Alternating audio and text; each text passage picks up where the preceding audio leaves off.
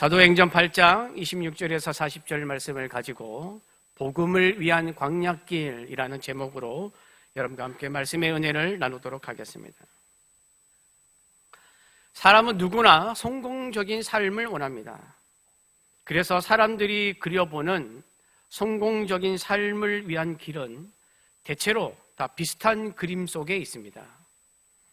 사람들이 많이 모여들고 기회가 많고 길이 잘 닦여 있고 인프라가 잘 갖춰져 있고 내가 가진 재능을 충분히 펼칠 수 있고 노력한 만큼 결과가 드러나는 것을 그려봅니다. 그래서 사람들은 인생의 대로를 좋아합니다. 대로는 넓고 빠른 길입니다. 사람들이 많습니다. 기회도 많습니다. 가능성도 많아 보입니다. 나도 충분히 할 수 있을 것처럼 느껴집니다. 반대로 사람들이 좋아하지 않는 길은 바로 광야 같은 길입니다. 광야길은 불편합니다. 사람이 적습니다. 길도 거칩니다. 가능성이 없어 보입니다. 내가 할 수 있는 일은 너무 적다고 느껴집니다. 열매를 얻기 위해서는 마냥 기다려야 할 것 같습니다. 그래서 사람들은 광야길은 피하고 싶어 합니다. 교회 생활과 교회 사역도 마찬가지입니다. 우리는 하나님께 쓰임받거나 은혜 받는다고 하면 먼저 대로를 떠올립니다. 사람들이 많이 모여 예배당이 가득하고 프로그램이 활발하게 돌아가서 열매가 눈에 보이고 사역의 결과가 좋아서 내가 하는 일이 인정받고 하나님이 역사하셨습니다 라고 고백하는 순간들이 많아지는 그런 것을 연상합니다.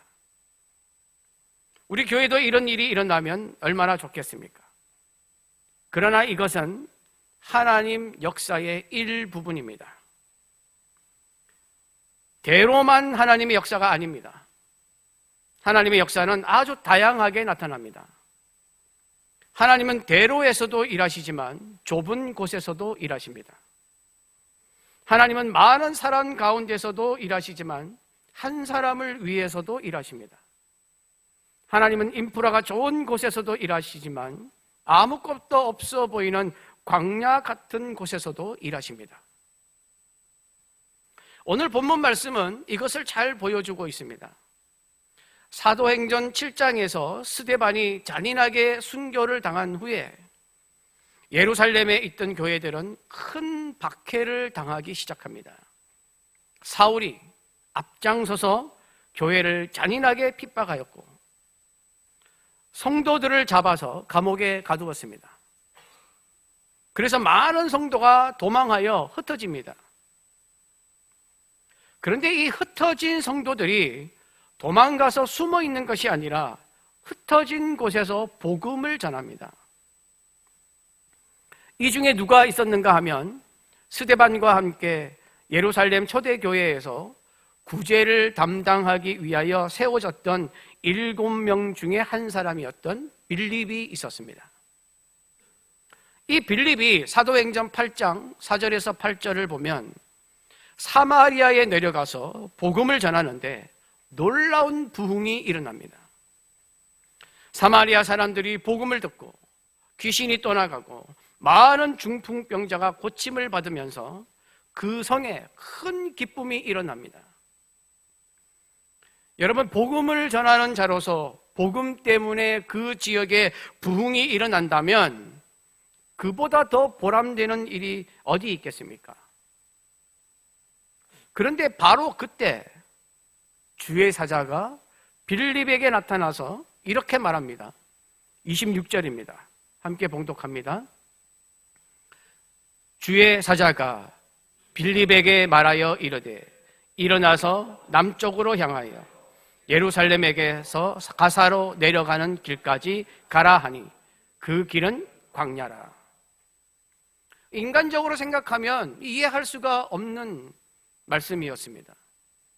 복음을 전하여 놀라운 부흥이 막 일어나고 있는데 거기서 떠나 사람이라고는 찾아볼 수 없는 광야길로 가라는 것입니다. 왜 하나님은 사마리아에서 일어난 부흥의 현장에서 빌립을 떠나라고 하셨을까요? 여러분, 사도행전 1장 8절, 오직 성령이 너희에게 임하시면 너희가 권능을 받고 예루살렘과 온 유대와 사마리아와 땅끝까지 이르러 내 증인이 되리라 하시니라. 이 사도행전의 말씀은 예수님께서 땅끝까지 이르러 복음을 전하라고 우리에게 명령하신 말씀이기도 하지만 사도행전의 전체적인 구조를 보여주는 말씀이기도 합니다. 예루살렘에서 증인이 되는 내용이 사도행전 1장에서 7장이고 온 유대와 사마리아에서 증인이 되는 내용이 사도행전 8장에서 12장의 말씀입니다. 그리고 땅끝까지 이르러 이방인을 향해 증인이 되는 내용이 사도행전 13장에서 28장입니다. 이에 사마리아의 부흥은 사도행전 1장 8절 말씀이 실제로 이루어지는 현장이었습니다. 그렇다면 빌립이 사마리아에 더 오래 머물러 있어야 할 것 같지 않습니까?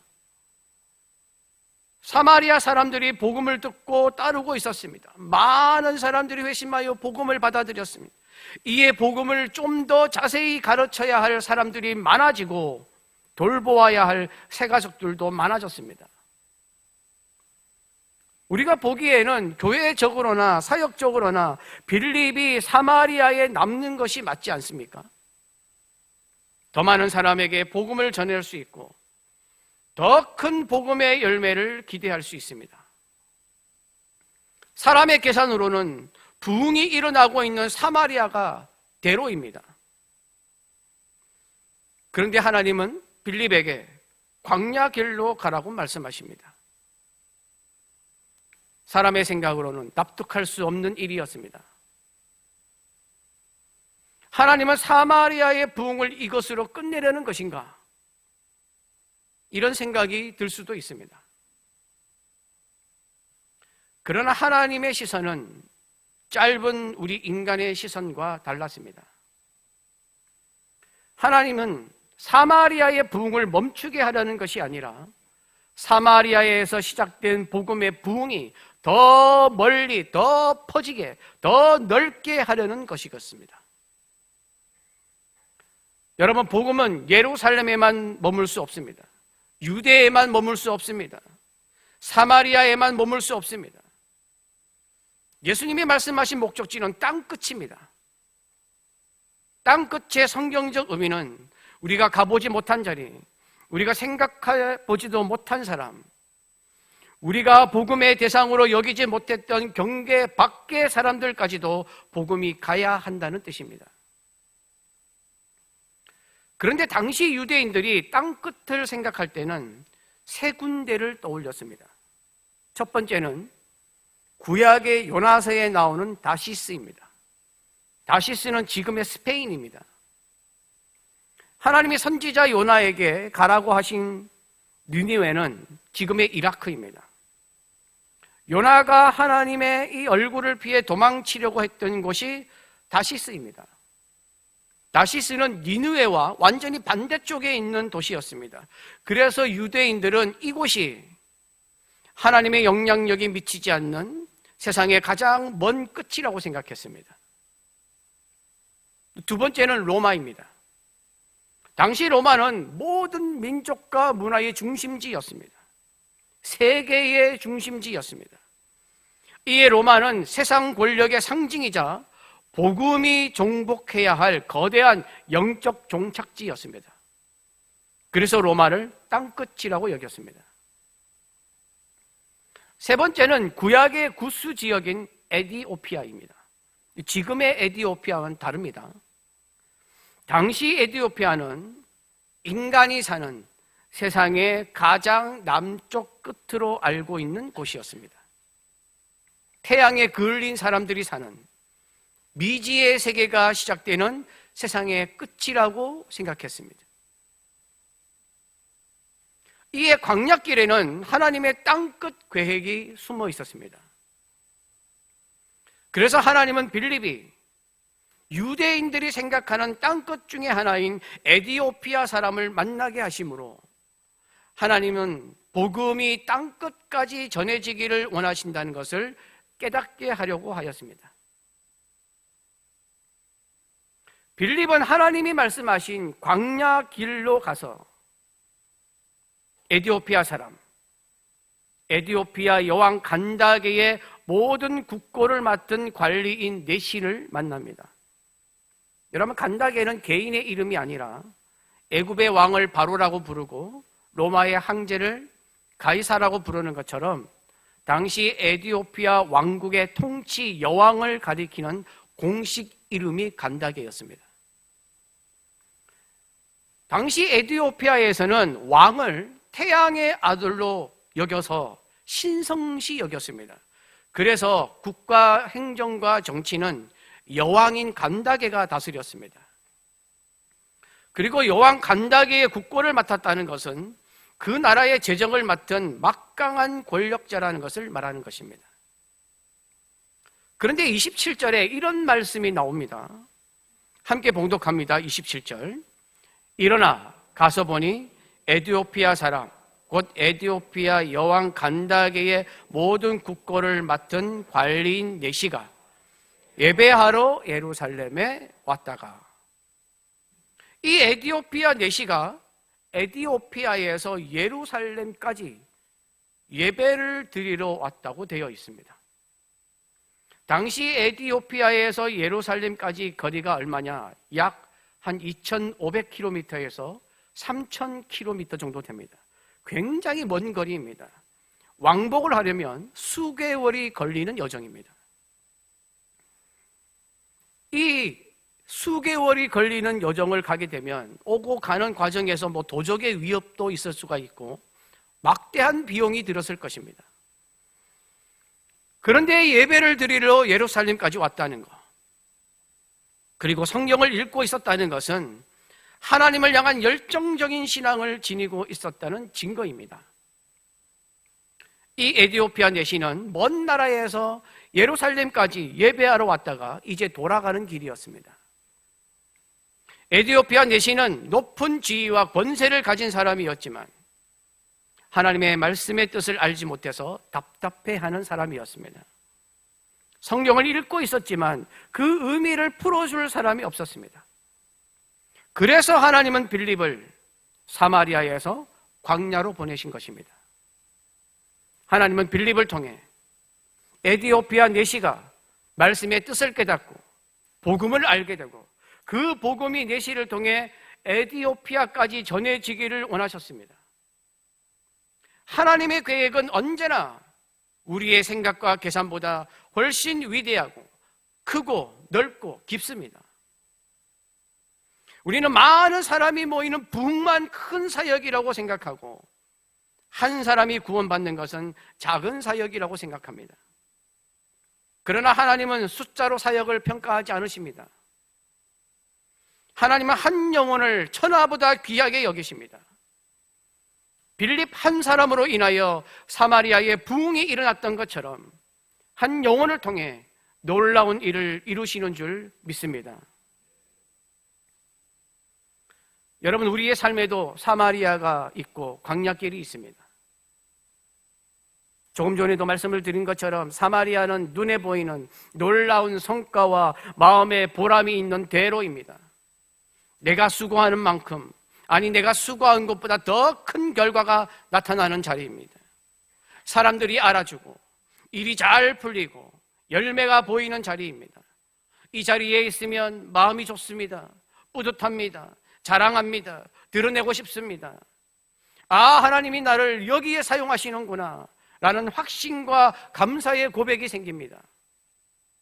그래서 우리는 사마리아에 머물고 싶어 합니다. 보람있고 성공적으로 보이는 자리에 있고 싶어 합니다.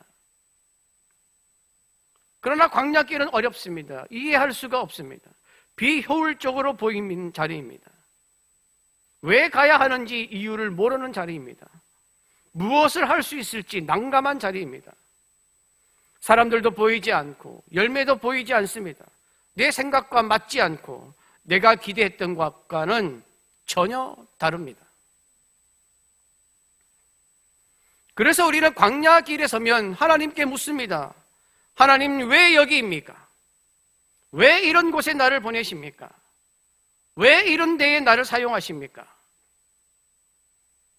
인간적으로 보면 빌립이 사마리아에 남아 더 많은 사람을 전도하는 것이 옳은 것처럼 보입니다. 사마리아는 이미 열려 있었습니다. 부흥의 불이 붙었습니다. 그런 곳에 더 많은 인력을 투입하고 더 체계적으로 양육하고 더 큰 사역을 하는 것이 맞아 보입니다. 그게 더 효율적으로 보입니다. 그러나 하나님은 효율성으로 움직이는 분이 아니십니다. 하나님은 하나님의 뜻과 계획으로 움직이시는 분이십니다. 하나님은 때때로 가장 비효율적으로 보이는 길로 우리를 인도하십니다. 왜냐하면 그 길에 하나님의 뜻이 있기 때문입니다. 오늘 본문 말씀에서 하나님의 뜻은 땅끝입니다. 그런데 사마리아에만 머물러서는 땅끝까진 내 증인이 되리라는 말씀을 이룰 수가 없습니다. 하나님의 땅끝은 종종 내 계획 밖에 있습니다. 내 익숙함 밖에 있습니다. 내 계산 밖에 있습니다. 비효율적으로 보이는 그 길이 성령께서 인도하시는 길이라면 우리는 그 길로 가야 하는 것입니다. 내 기준으로, 내 시간표로, 내 계획에는 없는 길이라고 할지라도 하나님의 계획 안에는 있을 수 있다는 것을 기억해야 합니다. 광야길은 사람의 눈에 아무것도 보이지 않는 길처럼 보이지만 그것으로 보내시는 하나님은 모든 것을 계획하시고 준비하시는 분이십니다. 빌립이 하나님 말씀에 순종하여 광야길로 내려갔을 때 그 길 위에는 에디오피아 여왕 간다게의 국고를 맡은 내시가 수레, 즉 마차를 타고 가고 있었습니다. 에디오피아 내시는 예루살렘에 예배하러 왔다가 돌아가는 길이었습니다. 그리고 선지자 이사야의 글을 읽고 있었습니다. 28절입니다. 함께 봉독합니다. 돌아가는데 수레를 타고 선지자 이사야의 글을 읽더라. 예루살렘까지 예배를 드리러 왔던 내시는 돌아가는 길에도 이사야서를, 성경을 읽고 있었습니다. 본문 말씀 32절, 33절에 나오는 이사야의 글은 이사야서 53장에 나오는 고난받는 종, 예수 그리스도의 십자가 고난에 대한 말씀입니다. 에디오피아 내시는 말씀을 읽고 있었지만 이 말씀이 누구를 가르치는지는 알지를 못했습니다. 이에 성경을 읽고 있는 내시를 본 빌립은 30절에 이렇게 묻습니다. 빌립이 달려가서 선지자 이사야의 글 읽는 것을 듣고 말하되 읽는 것을 깨닫느냐?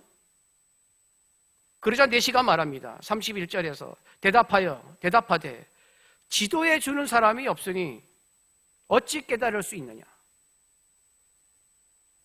빌립을 청하여 수레에 올라 같이 앉으라 하니라. 광야길에서 이루어진 이 두 사람의 만남은 말씀의 자리로 바뀝니다. 빌립은 이사야의 글에서 예언하고 있는 예수를 가르쳐 복음을 전합니다. 고난받는 종의 말씀의 예언이 예수 그리스도 안에서 어떻게 이루어졌는지, 십자가에서 죽으시고 부활하신 예수님이 어떻게 죄인을 구원하셨는지 복음을 전했습니다. 여러분, 복음은 능력입니다. 복음은 사람의 귀에 듣기 좋은 조언이나 충고로 끝나지 않습니다. 복음은 죄인을 구원하시기 위해 고난받으시고 중임당하시고 다시 살아나신 예수 그리스도에게로 사람을 이끌어줍니다. 그리고 예수 그리스도로 인도된 영혼은 구원받는 줄 믿습니다. 에디오피아 내시는 이 복음을 듣고 복음의 능력이 임하자 세례받기를 원합니다. 36절 함께 봉독합니다. 길 가다가 물 있는 곳에 이르러 그 내시가 말하되 보라 물이 있으니 내가 세례를 받음에 무슨 거리낌이 있느냐. 내시는 빌립과 함께 물에 내려가 세례를 받습니다. 여러분, 하나님은 빌립과 내시가 복음에 대해 나누는 동안 그 마차를 물이 있는 곳으로 인도하셨습니다. 광야라고 했는데 세례를 받을 물이 있는 곳으로 인도한 것입니다. 하나님은 에티오피아 내시가 예수 그리스도의 복음을 받아들이고 땅끝이라고 불리는 에티오피아에 가서 복음을 전할 수 있도록 모든 것을 계획하시고 준비하셨습니다. 에티오피아에서 예루살렘까지 내시를 오게 하셨습니다. 빌립을 준비하셨습니다. 성경을 읽게 하셨습니다. 복음을 준비하셨습니다. 물 있는 곳을 준비하셨습니다. 세례를 준비하셨습니다. 이 일이 있은 후에 39절은 이렇게 말씀합니다. 39절 함께 봉독합니다. 둘이 물에서 올라올세 주의 영이 빌립을 이끌어간지라. 내시는 기쁘게 길을 가므로 그를 다시 보지 못하니라. 둘이 물에서 올라올세 주의 영이 빌립을 이끌어간지라.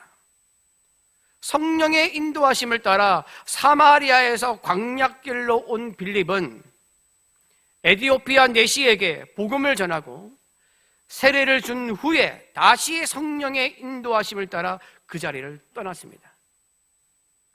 그리고 에티오피아 내시도 복음을 듣고 세례를 받음으로 인하여 기쁨을 가지고 에티오피아로 돌아갔습니다. 하나님의 계획으로 복음을 위해 광야길로 인도되었던 빌립과 에티오피아 내시는 하나님의 뜻이 이루어진 후에 복음을 위한 또 다른 하나님의 계획을 이루기 위해서 각자의 길을 갔습니다. 40절을 보면 빌립은 이 일 후에 아소도에 나타납니다. 함께 봉독합니다. 빌립은 아소도에 나타나 여러 성을 지나다니며 복음을 전하고 가이사랴에 이르니라. 여러분, 아소도는 구약 성경에 나오는 블레셋 5도시 중에 하나인 아스돗을 가리킵니다. 아스돗은 해안 도시입니다. 지도를 보여주십시오. 저렇게 해안 쪽에 붙어있는 도시가 아소도라는 도시입니다. 그리고 아소도에서부터 이제 가이사랴까지 올라갔는데 저 가이사랴는 어떤 도시냐면 당시 로마 유대 총독부가 있었던 행정 수도입니다. 저 가이사랴도 해안 쪽에 있었습니다. 그래서 빌립은 해안선을 따라 북쪽으로 쭉 이동하면서 복음을 전했습니다. 그런데 아소도에서 가이사랴에 저 이르는 해안길은 어떤 곳이냐면 헬라 문화와 로마 문화가 가득한 이방인의 색채가 가장 강한, 아주 이방인의 색채가 강한 곳이었습니다.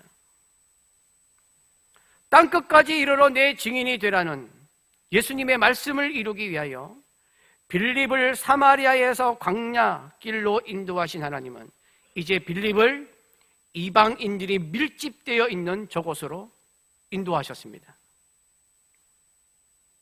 땅끝까지 복음을 전하기 위한 또 다른 사역을 감당하게 하시기 위해서였습니다. 여러분, 사도행전의 흐름을 보면 오늘 본문 말씀에서 이렇게 사도행전 8장이 끝나고 사도행전 9장에는 누가 등장하냐면 예수를 핍박하던 사울이 회심하여 복음을 전하는 사람이 되는 장면이 나옵니다. 그런 후에 사도행전 10장에는 어떤 장면이 나오냐면 베드로가 이방인 백부장 고넬료에게 복음을 전하면서 이방인 선교의 문이 열리고 있음을 보여줍니다. 여러분, 이렇게 성경은 하나님의 계획으로 복음이 땅끝까지 가고 있었습니다.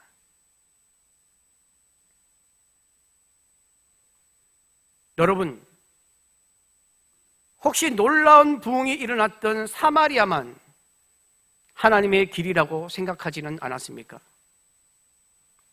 사람들이 모이고 성과가 보이고 보람이 느껴지는 자리만 하나님의 길이라고 생각하지는 않았습니까?